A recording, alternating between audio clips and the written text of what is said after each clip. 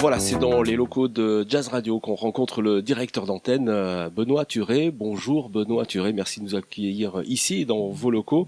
Alors Jazz Radio était la première radio diffusant du jazz 24 heures sur 24 sur les ondes, la FM en tout cas, et c'est parti d'ici, c'est parti de Lyon. Alors il y a combien de temps? La radio a été créée en 1996. Alors là on est aujourd'hui au 40 quai Rambaud dans le 2e arrondissement, dans un quartier en plein développement.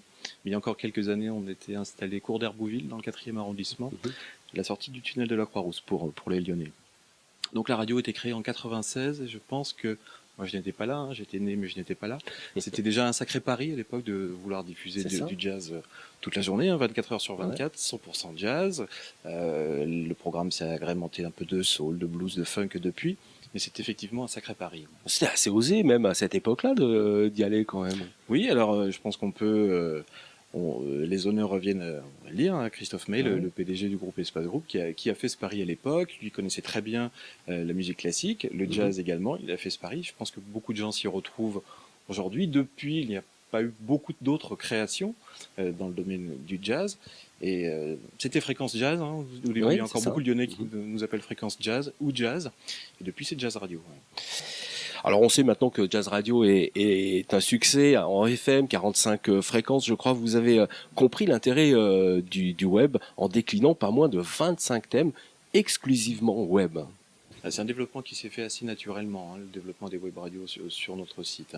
Alors les gens arrivent le matin au bureau, ou pendant les vacances ou chez eux, et se connectent, écoutent soit le programme Jazz Radio, qu'on peut écouter en FM à Lyon sur 97.3, ou alors décident de n'écouter que du blues, ou que des musiques latines, jazz, ou que les grands tubes de la montagne, ou la programmation d'un festival comme celui de Vienne, qui nous fait confiance et qui nous demande de lui proposer et de lui programmer une web radio.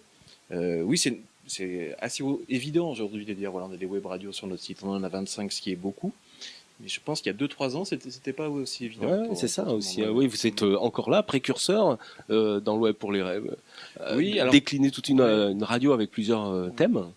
Oui, c'était aussi l'envie de proposer ce programme à des auditeurs qui n'ont peut-être pas de fréquence FM vers chez eux, parce qu'on écoute Jazz Radio à Lyon, partout en France maintenant, mais il y a encore des gens malheureux qui ne peuvent pas écouter Jazz Radio à Paris, ou peut-être en Bretagne, ou à Bordeaux, ou à l'autre bout du monde. Maintenant, ça ne veut plus dire grand-chose. Pour moi, je pense que dans quelques mois, quelques années, on écoutera la radio peut-être que sur son iPhone, son iPad ou son PC. C'est tout. Alors, Lyon et le jazz est une grande histoire. C'est important que Jazz Radio reste implanté à Lyon pour vous ?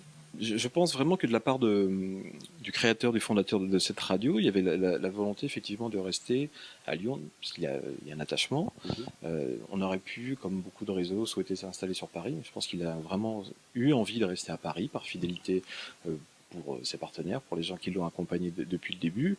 Et puis je pense qu'aussi c'est une fierté de pouvoir dire qu'un réseau s'installe et reste à Lyon, s'installe dans un quartier en plein développement comme celui de la Confluence.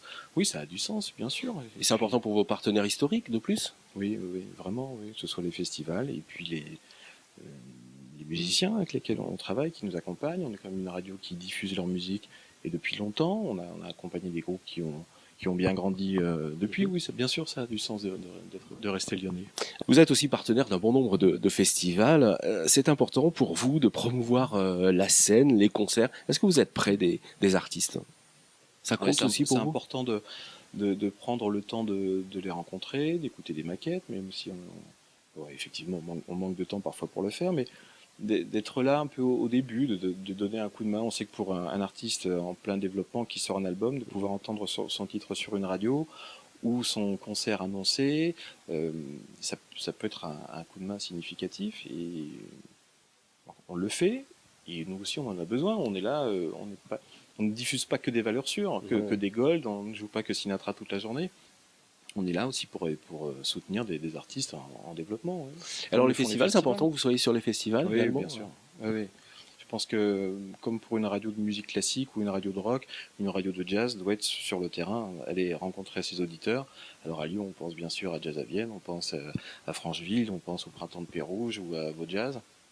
il est important d'être là, d'aller rencontrer les musiciens et puis de notre public, de sentir un petit peu ce qui se passe, ce qui fonctionne ou pas. Et moi, je suis aussi amusé de voir les comparaisons qu'on peut faire entre les titres, les artistes que l'on diffuse à la radio et les artistes qui sont programmés dans les festivals. Il y a quand même des similitudes. Et il y a des similitudes. On voit ce qui fonctionne. Oui, c'est important. On sent qu'on peut les aider, et on essaie le plus possible d'être présent. Oui. En organisant parfois des concerts, en jouant leurs titres, bien sûr. Être musicien aujourd'hui, c'est encore plus qu'il y a encore quelques années, un combat au quotidien. Et puis c'est une entreprise d'être musicien. Il faut savoir bien sûr composer dans sa chambre, mais enregistrer, se faire de la promo, démarcher les maisons de disques, démarcher les tourneurs. Donc si nous, à un moment donné, on peut leur donner un petit coup de main, on le fait avec plaisir, bien sûr. Benoît Turé, vous voyez comment l'avenir de la radio, tant sur le jazz qu'en général? Avec beaucoup de confiance. Il y a beaucoup de développement. On parlait tout à l'heure du web. Je pense que beaucoup de choses vont se faire évidemment sur ce support. Et on a dit il y a quelques temps que la radio allait mourir, qu'on allait passer notre temps à écouter des playlists sur Internet. Je pense que c'est pas vrai. Je pense que les gens ont envie, peut-être pas d'être guidés, mais qu'on les conseille, qu'on leur fasse visiter notre discothèque privée, qu'on leur donne notre point de vue, qu'on les aiguille un petit peu. Je pense que c'est important et que la radio aura encore sa place. On écoutera toujours la radio en voiture, peut-être plus sur la FM et en digital, mais voilà, la radio, ça nous accompagne du matin. Quand vous vous levez, vous éteignez le réveil, vous prenez votre douche, vous écoutez la radio. Le soir, quand vous rentrez dans votre voiture, vous écoutez la radio. Le soir à la maison aussi, ça fait pas, c'est notre quotidien, je pense. Je le souhaite en tout cas. Ouais. Oui, on a juste changé d'outil en fait. Oui, d'outils, de support. On est passé du vinyle au CD, c'est tout. Quoi. C'est la même révolution. Quoi. Ouais.